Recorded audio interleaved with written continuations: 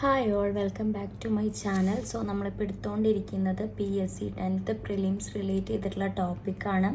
So നമ്മൾ ഇന്ന് പറയാൻ പോകുന്നത് ഇന്ത്യയുടെ ഭൂപ്രകൃതിയെ പറ്റിയിട്ടുള്ള കാര്യങ്ങളാണ്, ടോപ്പിക്സാണ് ഡിസ്കസ് ചെയ്യാൻ പോകുന്നത്. സോ അതിൻ്റെ ബേസിസിൽ നമ്മളൊരു 5ആയിട്ട് ഡിവൈഡ് ചെയ്തിട്ടുണ്ട് അല്ലേ, തരംതിരിച്ചിട്ടുണ്ട്. അപ്പോൾ ഏതൊക്കെയാണെന്ന് നമുക്ക് നോക്കാം. ഉത്തര പർവ്വത മേഖല, അതായത് നോർത്ത് ഇന്ത്യൻ മൗണ്ടെയ്ൻസ്. രണ്ടാമതായിട്ട് വരുന്നത് മഹാസമതലങ്ങൾ, ഗ്രേറ്റ് ഇന്ത്യൻ പ്ലെയിൻസ്. മൂന്നാമതായിട്ട് വരുന്നത് ഉപദ്വീപീയ പീഠഭൂമി, പെനിൻസുലാർ പ്ലാറ്റ്യൂസ് എന്ന് പറയും. അടുത്തത് തീരസമതലങ്ങൾ, കോസ്റ്റൽ പ്ലെയിൻസ്. പിന്നെ ലാസ്റ്റ് ഐലൻഡ്സ്, ദ്വീപുകൾ ഐലൻഡ്സ് ആയിട്ട് തരംതിരിച്ചിട്ടുണ്ട്. ഇനിയിപ്പോൾ ഈ പറഞ്ഞ 5 വീണ്ടും നമ്മൾ ഓരോന്നിനെയും വീണ്ടും തരംതിരിച്ചിട്ടുണ്ട്. അപ്പോൾ അത് ഓരോന്നും ഏതാന്നൊക്കെ നോക്കാം. ഉത്തര പർവ്വത മേഖലേനെ വീണ്ടും 3ആയിട്ട് തരംതിരിച്ചിട്ടുള്ളത് ട്രാൻസ് ഹിമാലയം, പിന്നെ പൂർവാച്ചൽ. അപ്പോൾ ട്രാൻസ് ഹിമാലയം നോക്കുകയാണെന്നുണ്ടെങ്കിൽ, അതായത് മൂന്ന് മലനിരകൾ കൂടിച്ചേരുമ്പോൾ ഏതൊക്കെയാണ് ആ മലനിരകൾ? സസ്കർ, ലഡാക്ക്, കാറക്കോറം, സസ്കർ, ലഡാക്ക്, കാറക്കോറം. ഇതൊക്കെ കൂടിച്ചേർന്നതാണ് എന്ത്, നമ്മുടെ ട്രാൻസ് ഹിമാലയം എന്ന് പറയുന്നത്. പിന്നെ നമുക്ക് അടുത്തതായിട്ട് നമ്മൾ മെയിൻ ക്ലാസിഫിക്കേഷൻ പറയുമ്പോൾ അടുത്തത് നമ്മൾ പറഞ്ഞത് എന്താണ്? ഉത്തര മഹാസമതലം, നോർത്തേൺ പ്ലെയിൻസ്. ഇതിനെ നമ്മൾ എന്തായിട്ട് 4ആയിട്ടാണ് തരംതിരിച്ചിട്ടുള്ളത്. ആദ്യത്തത് പഞ്ചാബ്, ഹരിയാന. രണ്ടാമത്തത് ഗംഗാ സമതലം. മൂന്നാമത്തത് മരുസ്ഥലിപാക്. നാലാമത്തത് ബ്രഹ്മപുത്ര സമതലം. അപ്പോൾ അങ്ങനെ ക്ലാസിഫൈ ചെയ്തിട്ടുണ്ട്. പിന്നെ വരുന്നതായിട്ടുള്ള ഉപദ്വീപീയ പീഠഭൂമിനെ നോക്കുകയാണെന്നുണ്ടെങ്കിൽ അത് 3ആയിട്ടുണ്ട്. ഡക്കാൻ, മാൾവ, പിന്നെന്താ ഛോട്ടാ നാഗ്പൂർ. ഡക്കാൻ, മാൾവ, അതുപോലെ തന്നെ ഛോട്ടാ നാഗ്പൂർ. അടുത്തത് തീരസമതലം 2ആയിട്ടാണ്.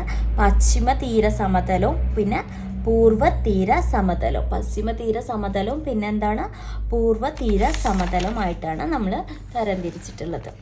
ഇനിയിപ്പോൾ നോക്കുകയാണെന്നുണ്ടെങ്കിൽ അടുത്തത് ഉത്തര പർവ്വത മേഖല. നമ്മൾ ആദ്യം പറഞ്ഞത് തന്നെ ഒന്നും കൂടിയും ഡീറ്റെയിൽ ആയിട്ട് പഠിക്കാമെന്ന് വെച്ചു. ഉത്തര പർവ്വത മേഖല ഞാൻ പറഞ്ഞു, എന്താ പറഞ്ഞത്, നമ്മൾ കഴിഞ്ഞ ഇതിൽ പറഞ്ഞ പോലെ തന്നെ 3ആയിട്ട് തരംതിരിച്ചിട്ടുണ്ടെന്ന് പറഞ്ഞു അല്ലേ. അപ്പോൾ അതിൽ ഒന്നാമത്തെ ആയിട്ടുള്ള ട്രാൻസ് ഹിമാലയം. അപ്പോൾ ട്രാൻസ് ഹിമാലയം, ഇതിനെ ചുറ്റിപ്പറ്റി എന്തൊക്കെ ചോദ്യങ്ങൾ ചോദിക്കാം എന്ന് നമുക്ക് നോക്കാം. നമുക്കറിയാം ഹിമാലയം എന്ന് പറയുന്നത് എന്താണ്? വടക്കേ അറ്റാണ് അല്ലേ, നമ്മൾ പഠിച്ചിട്ടുണ്ട്, വടക്കേ അറ്റാണ്. ഇതിൽ എന്തുണ്ട്? 3 മൗണ്ടെയിൻ റേഞ്ചസ് ഉണ്ട്. ഏതൊക്കെയാണ് ആ mountain ranges? Karakoram, Ladakh, Zanskar. Note ചെയ്ത് വെക്കുക, ഇമ്പോർട്ടൻ്റ് ആണ്. കാറക്കോറം, ലഡാക്ക്, സസ്കർ. നമ്മൾ അറ്റ്ലസൊക്കെ നോക്കി പഠിക്കുകയാണെന്നുണ്ടെങ്കിൽ മാപ്പ് കാര്യങ്ങളൊക്കെ നോക്കുമ്പോൾ നമുക്ക് ഒന്നും കൂടിയും ഡീറ്റെയിൽ ആയിട്ട് മനസ്സിലാവും. അപ്പോൾ അടുത്തത് ഇതിനെ പറ്റി ചോദിക്കുന്നതാണ് മൗണ്ട് കേറ്റു സ്ഥിതി ചെയ്യുന്നത് എവിടെയാണ്? കാറക്കോറത്തിലാണ്. അപ്പോൾ മൗണ്ട് കേറ്റു അറിയപ്പെടുന്നത് എന്താണ്? ഗോഡ്വിൻ ഓസ്റ്റിൻ എന്നാണ് എന്തെന്ന് പറയുന്നത്. ഇമ്പോർട്ടൻറ്റ് ക്വസ്റ്റ്യൻ ആണ്. മൗണ്ട് കേറ്റു അറിയപ്പെടുന്നത് ഗോഡ്വിൻ ഓസ്റ്റിൻ എന്നാണ്. മൗണ്ട് കേറ്റുവിൻ്റെ ഉയരം എത്രയാണ്? 8611 മീറ്റർ, അതായത് 8611 മീറ്ററാണ് മൗണ്ട് കേറ്റുവിൻ്റെ ഉയരം വരുന്നത്. ഇനി കാറക്കോളം മൗണ്ടെയിൻ റേഞ്ചിൽ ആണ് നമ്മൾ എന്ത് പറയുന്നത്? ഇന്ദിരാക്കോള് വരുന്നത്. നമ്മൾ ഇന്ദിരാക്കോള് ഇന്ത്യ വടക്കേ അറ്റം പോർഷൻ പഠിച്ചിരുന്നു. ഏതാണ്? ഇന്ദിരാക്കോള്. അപ്പോൾ മൗണ്ടെയിൻ റേഞ്ച് കാറക്കോളത്തിൻ്റെ അവിടെയാണ് നമ്മളിത് വരുന്നത്. പിന്നെ കാറക്കോറം സംസ്കൃതത്തിൽ അറിയപ്പെടുന്നത് കൃഷ്ണഗിരി എന്നാണ്. ചോദിക്കും, കൃഷ്ണഗിരി എന്ന സംസ്കൃത പദത്തിൽ അറിയപ്പെടുന്നത് എന്താണ്? കാറക്കോറമാണ്. അടുത്തത് ലോകത്തിലെ ഏറ്റവും ഉയരം കൂടിയ യുദ്ധക്കളം സിയാച്ചിനാണ്. ലോകത്തിലെ ഏറ്റവും ഉയരം കൂടിയ യുദ്ധക്കളം എവിടെയാണ്? സിയാച്ചിനാണ്. എന്താണ്? സിയാച്ചിനാണ്. ഓക്കെ, സിയാച്ചിൻ്റെ അർത്ഥം വരുന്നത് എന്താണ്? റോസാപ്പൂക്കൾ സുലഭം എന്നാണ് സിയാച്ചിൻ്റെ അർത്ഥം വരുന്നത്. അപ്പം അതൊന്ന് നോട്ട് ചെയ്ത് വെക്കുക. സിയാച്ചിൻ്റെ അർത്ഥം വരുന്നത് എന്താണ്? എന്താ പറഞ്ഞത്? റോസാപ്പൂക്കൾ സുലഭം. ഇനി നമ്മൾ അടുത്ത കുറച്ച് ക്വസ്റ്റ്യൻസ് നോക്കാം ഈ സിയാച്ചിനുമായിട്ട് ബന്ധപ്പെട്ടിട്ടുള്ളത്. ഭൂമിയിലെ 3ാമത്തെ ധ്രുവമാണ് എന്ത്? സിയാച്ചിൻ ഗ്ലേസിയർ. ഭൂമിയിലെ 3ാമത്തെ ധ്രുവം സിയാച്ചിൻ ഗ്ലേസിയർ. ഇനി സിയാച്ചിൻ ഗ്ലേസിയർ വരുന്നത് എവിടെയാ? കാറക്കോറത്താണ്. സിയാച്ചിൻ ഗ്ലേസിയർ വരുന്നത് കാറക്കോറം. സിയാച്ചിൻ ഗ്ലേസിയർ വരുന്നത് കാറക്കോറത്താണ്. ഇനി ഓപ്പറേഷൻ മേഘദൂത് എന്താ നോക്കാം. ഇതുമായിട്ട് വരുന്നൊരു ടേമാണ് എന്ത്? ഓപ്പറേഷൻ മേഘദൂത്. അതായത് 1984 സിയാച്ചിൻ ഗ്ലേസിയർ ക്യാപ്ചർ ചെയ്യാനുള്ള ഇന്ത്യൻ ആർമിയുടെ ഓപ്പറേഷന് പറയുന്നതാണ് എന്ത്? ഓപ്പറേഷൻ മേഘദൂത്.